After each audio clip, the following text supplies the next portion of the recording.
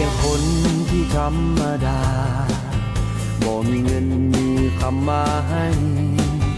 บ่มีรถงามให้เจ้าขี่แล้วภูมิใจจะบอกไว้ว่าค่อยมีเพียงเท่านี้มีแต่ใจบริสุทธิ์ที่ขุดมันออกมาจากข้างในกับรอยยิ้มคือของขวัญที่มอบให้ใส่ความจริงใจลงไปเสมอเกิดสร้างนี้ได้พบเจอเพื่อมอบความจริงใจให้กันเจ้าจะแม่นไผบ่ได้สำคัญแจ้งให้บ่หวังเพราะมีคนจริงคนมีแต่ใจคนมีแต่ใจได้เพียงเล็กน้อยหอยยิ้มก็ภูมิใจที่อยู่ภายในคือความจริงใจมีให้กันหากคอยนั้นบ่สามารถเฮ็ดให้เจ้าประทับใจจะบอกไว้ว่าคอยมีเพียงเท่านี้มีแต่ใจบริสุทธิ์ที่ขุดมันออกมาจากข้างในกับรอยยิ้มคือของขวัญที่มอบให้ใส่ความจริงใจลงไปเสมอเกิดสากนี้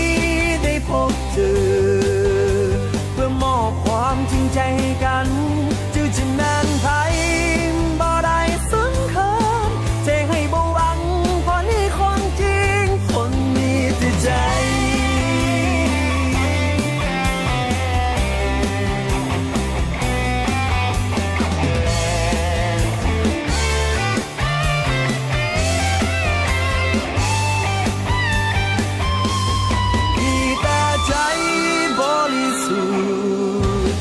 ที่ขุดมันออกมาจากข้างใน